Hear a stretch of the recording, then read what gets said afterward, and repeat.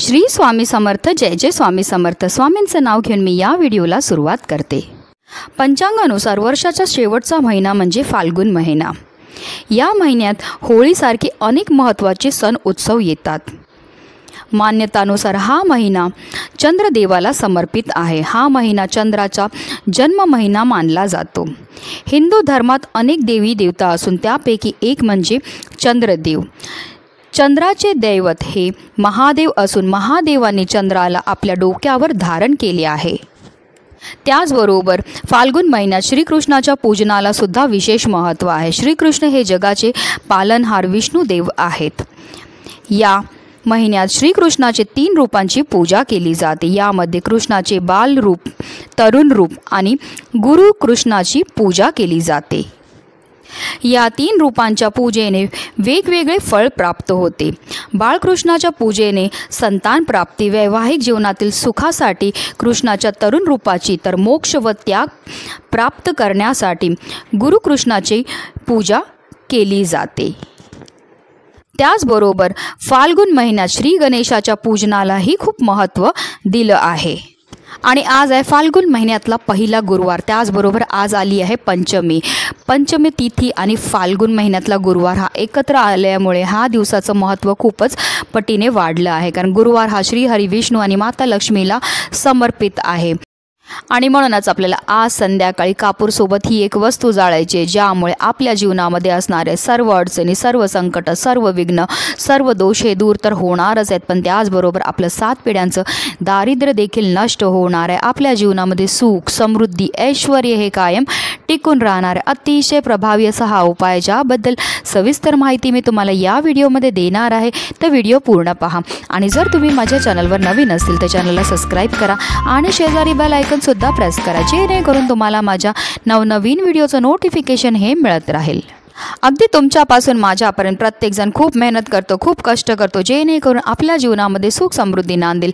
पण बऱ्याचदा काय होतं ना, आपल्या घरामध्ये काही दोष असतात किंवा आपल्यामध्ये काही दोष असतात, त्यामुळे सुद्धा आपल्या जीवनामध्ये अनेक प्रकारच्या समस्या ह्या येत असतात। आपण मेहनत तर करतोय, कष्ट तर करतोय, पण आपल्या कष्टाला आपल्या नशिबाची साथ हे मिळत नाही। त्याचबरोबर आपल्या घरामध्ये पैसा तर येतोय, पण आलेला पैसा हा स्थिर राहत नाही। तर ह्या सगळ्या समस्या का उद्भवतात, तर ते आपल्या घरामध्ये असणारे जे दोष आहेत, म्हणजे जर आपल्या घरामध्ये वास्तुदोष असेल, पितृदोष असेल, आपल्या घराला किंवा आपल्याला नजर लागलेली असेल, किंवा आपले ग्रह चांगले नसतील, तर त्यामुळे सुद्धा आपल्या जीवनामध्ये अनेक प्रकारच्या समस्या ह्या येत असतात। समस्या म्हणजे काय, तर पैसा तर येतोय, पण तो आलेला पैसा टिकत नाही। काही कारणास्तव तो खर्च होऊन निघून जातोय। त्याचबरोबर घरामध्ये वारंवार कटकटी होत असतील, भांडणं होत असतील, कलह होत असतील, नवरा बायकोचं पटत नसेल, मुलांचं पटत नसेल, मुलं अभ्यास करतात पण त्यांना केलेला अभ्यास लक्षात राहत नसेल, किंवा विवाहयोग्य मुलं झाली आहेत त्यांच्या लग्न जुळण्यामध्ये समस्या येत असतील, किंवा संतान प्राप्तीमध्ये काही समस्या येत असतील। त्याचबरोबर आपली मुलं खूप शिकलेली आहेत पण त्यांना मनासारखी नोकरी मिळत नसेल, मुलं अभ्यास करतात पण त्यांना केलेला अभ्यास लक्षात राहत नाही आहे, घरामध्ये वारंवार आजार पण येत आहे, तर अशा प्रकारच्या जर समस्या तुमच्यासुद्धा जीवनामध्ये उद्भवत असतील, तर हा अतिशय प्रभावी असा हा उपाय जो आज प्रत्येकाने संध्याकाळी करायचा आहे। तर ह्या उपाय करता आपल्याला जे एक मातीची पंती घ्यायची, किंवा तुमच्याकडे जर कापूरदानी असेल तर ती घेतली तरीही चालणार आहे। त्या कापूरदानीमध्ये आपल्याला 5 लवंगा टाकायच्यात। अखंड लवंगा असल्या पाहिजे, ते व्यवस्थित पाहून घ्यायच्यात, त्या कुठेही खंडित नसल्या पाहिजेत, तुटलेल्या, फुटलेल्या किंवा किडलेल्या नसाव्या। त्याचबरोबर त्याच्यामध्ये आपल्याला जे आहे 3 भीमसेनी कापूरच्या वड्या ह्या टाकायच्यात। कारण भीमसेनी कापूर हा नैसर्गिकरित्या बनलेला असून त्याच्यामध्ये जे तत्व असतात ते आपल्यामध्ये आणि आपल्या घरामध्ये असणारी जेवढी पण नकारात्मकता आहे ते दूर करण्याचं काम हे करत असतो। म्हणून आवर्जून भीमसेनी कापूरच्याच वड्या तुम्हाला घ्यायच्या आहेत। त्याचबरोबर आपल्याला 3 अखंड हिरव्या वेलची सुद्धा घ्यायच्या। तर ह्या 3ही वस्तू आपल्याला कापूरदानीमध्ये टाकायच्या आहेत आणि त्यानंतर ह्या वस्तू घेऊन आपल्याला आपल्या देवघरामध्ये जाऊन बसायचं आहे। हा संपूर्ण उपाय जो आहे तो आपल्याला आपल्या देवघरामध्ये जाऊन बसून करायचा आहे। पण हा उपाय सुरू करायच्या अगोदर आपल्याला आपल्या घरातले जेवढे पण खिडकी आहेत, दार आहेत, हे उघडायचे आहेत आणि त्यानंतर आपल्याला हा उपाय करायचा। कारण आपण आपल्या घरामध्ये असणारी जी नकारात्मकता आहे, दारिद्र्य, अलक्ष्मी, ते आपल्या घरातनं बाहेर काढतोय। म्हणून सगळ्यात पहिला आपले सर्व दरवाजे खिडकी खोलायचेत आणि त्यानंतर हा उपाय आपल्याला सुरू करायचा आहे।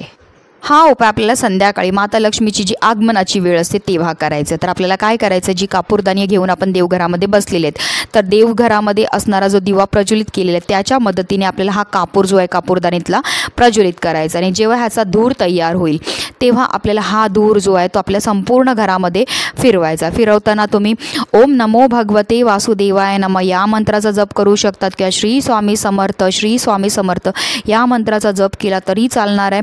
संपूर्ण घरामध्ये आपल्याला मंत्र उच्चार करत करत जो आहे हा धूर जो आहे पसरवायचा आहे.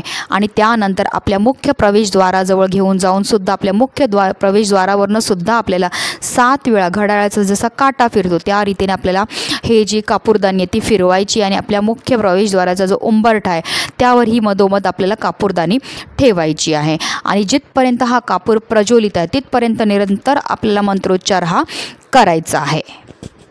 आणि एकदा जी आहे हा कापूर शांत झाल्यानंतर जे आहे आपल्याला ह्याच्यातल्या ज्या वस्तू उरल्या आहेत त्या आपल्या घरातनं बाहेर नेऊन फेकून द्यायच्यात. फेकताना फक्त काळजी एवढी घ्यायची आहे की त्याच्यावर कोणाचा पाय हा पडला नाही पाहिजे, कारण आपल्या घरामध्ये असणारी जी नकारात्मकता आहे, दोष आहेत, दारिद्र्य, अडचणी आहेत, ह्या सगळ्या आपण त्या वस्तूंबरोबर बाहेर ह्या काढून टाकलेल्या आहेत आणि आपल्यामुळे कोणालाही कधीही त्रास हा झाला नाही पाहिजे. त्याचबरोबर जेव्हा ह्या वस्तू आपण फेकणार असतील तर फेकल्यानंतर आपल्याला मागे वळून पाहायचं नाही आहे, घरी यायचं, स्वच्छ हात पाय धुवायचे आणि त्यानंतर आपल्याला आपल्या स्वामींचं दर्शन हे घ्यायचं आहे.